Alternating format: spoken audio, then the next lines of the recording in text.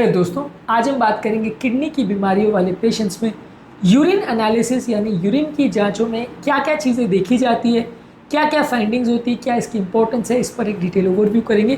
क्योंकि किडनी का मेन काम ही है यूरिन बनाना और ज़्यादातर किडनी की बीमारियों को कंफर्म करने के लिए यूरिन एनालिसिस सबसे बड़ा और सबसे इंपॉर्टेंट पैटर्न माना जाता है, सबसे इंपॉर्टेंट जाँच मानी जाती है। आज इसके बारे में हम डिस्कस करेंगे, इसमें क्या क्या फाइंडिंग्स मिलती है और उसके बेसिस पे हम कैसे कैसे कंफर्म कर सकते हैं कि इस व्यक्ति को कौन कौन सी बीमारी हो सकती है।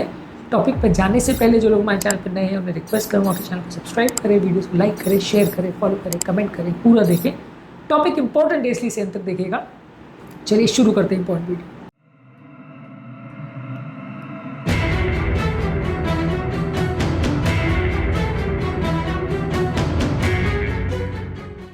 सबसे पहले आप यूरिन एनालिसिस में क्या क्या चीज़ें करते हैं, यूरिन का कलर, ओडर, क्लैरिटी और उसमें कोई स्पेसिफिक कंटेंट है या नहीं, ये सारी चीज़ें देखते हैं।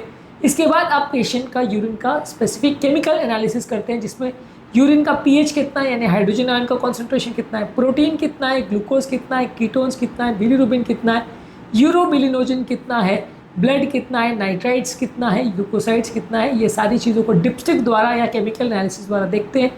इसके बाद आप यूरिन का एक सेडिमेंट करते हैं यानी उसके सेल्स को सेटल करवाते हैं सेंट्रीफ्यूज करने के बाद, और उन सेल्स का माइक्रोस्कोपिक एनालिसिस करते हैं जिसमें cells, cast, crystals, bacteria, parasites, ये सारी चीज़ों का एनालिसिस होता है।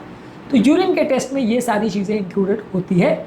इसके अलावा अब बात करेंगे कौन कौन सी फाइंडिंग्स आती हैं यूरिन के एनालिसिस में। सबसे कॉमन है प्रोटीनूरिया। अगर यूरिन में प्रोटीन आ रहा है तो वो किडनी की बीमारियों का एक इंपॉर्टेंट मार्कर होता है, खासकर ग्लोमेरुलोनेफ्राइटिस और नेफ्रोटिक सिंड्रोम में। ज़्यादातर 24 आवर्स एनालिसिस करते हैं ये देखने के लिए कि कितना यूरिन आ रहा है, या यूरिन क्रिएटिनिन का स्पॉट रेशियो करते हैं, यूरिन में डिपस्टिक एनालिसिस करते हैं, या 24 आवर्स का कंटिन्यूस एनालिसिस करते हैं। अलग अलग तरह के प्रोटीनूरिया के टेस्ट होते हैं। अगला इंपॉर्टेंट टेस्ट है हीमेटूरिया यानी यूरिन में ब्लड आ रहा है कि नहीं। ये किडनी की ग्लोमेरुलोनेफ्राइटिस, किडनी स्टोन्स, ट्यूमर या इन्फेक्शन को इंडिकेट करेगा। इसमें किडनी में जो आप सेंट्रीफ्यूज करते हो उसमें सेल्स का माइक्रोस्कोपिक एनालिसिस करते हो और उसमें आपको पता चलता है कि ब्लड के कितने सेल्स हैं। बहुत ज़्यादा अगर ब्लड आ रहा हो तो वो डायरेक्टली दिख जाता है, थोड़ा बहुत ब्लड आ रहा हो तो वो टेस्ट करना पड़ता है। अगला इंपॉर्टेंट चीज़ है कास्ट। कास्ट में कई तरह के कास्ट होते हैं जो कि बेसिकली रीनल ट्यूब्यूल्स में जो शेप्स ले लेता है, जो ब्लड सेल्स इकट्ठे हो जाते हैं वो शेप्स, ये जब सेल्स निकलना चालू होते हैं यूरिन में तो उसको कास्ट बोलते हैं।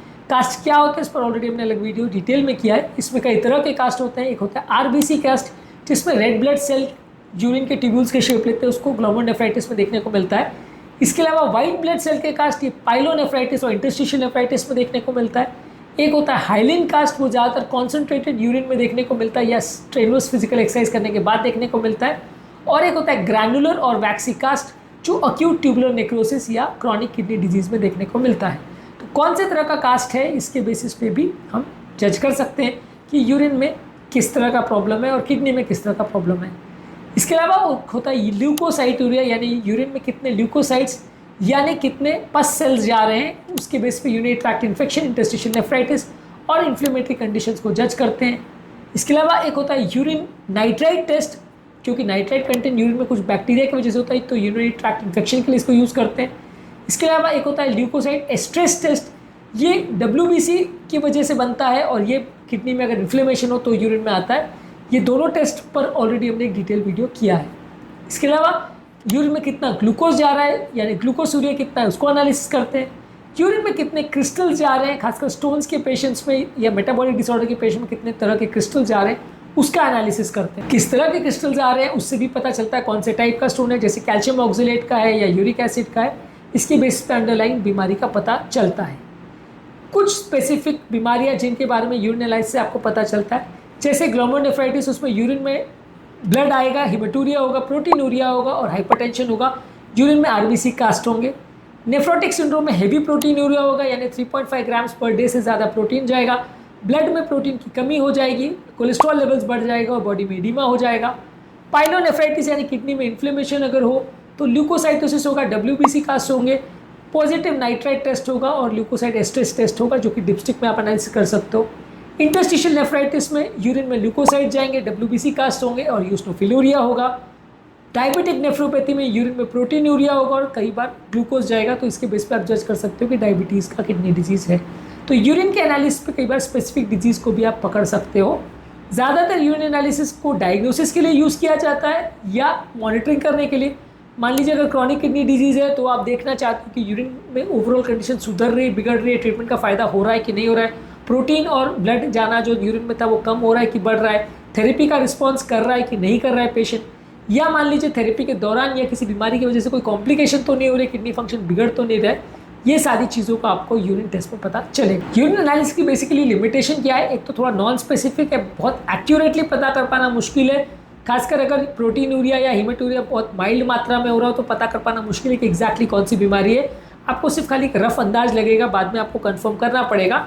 ज़्यादातर केस में फर्दर टेस्ट आपको लगता है, पर हाँ ये बहुत बेसिक टेस्ट है, बहुत सारी इंपॉर्टेंट इन्फॉर्मेशन देता है, बहुत सस्ते में हो जाता है, बहुत ज़्यादा जगह अवेलेबल है। तो इसलिए सबसे पहले यूरिन का प्रॉब्लम अगर हो तो यूरिया क्रिएटिनिन और यूरिन एनालिसिस यही सबसे कॉमन टेस्ट किए जाते हैं और उसके रिपोर्ट्स के बेसिस पे आके डिसाइड किया जाता है कि पेशेंट को आगे कौन सी जांच की ज़रूरत है या कोई किडनी की स्पेसिफिक बीमारी है या नहीं।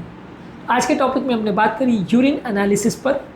इसके अलावा यूरिन एनालिसिस के स्पेसिफिक एलिमेंट्स पर हमने अलग वीडियोज़ की, इनको ज़रूर चेकआउट करिए।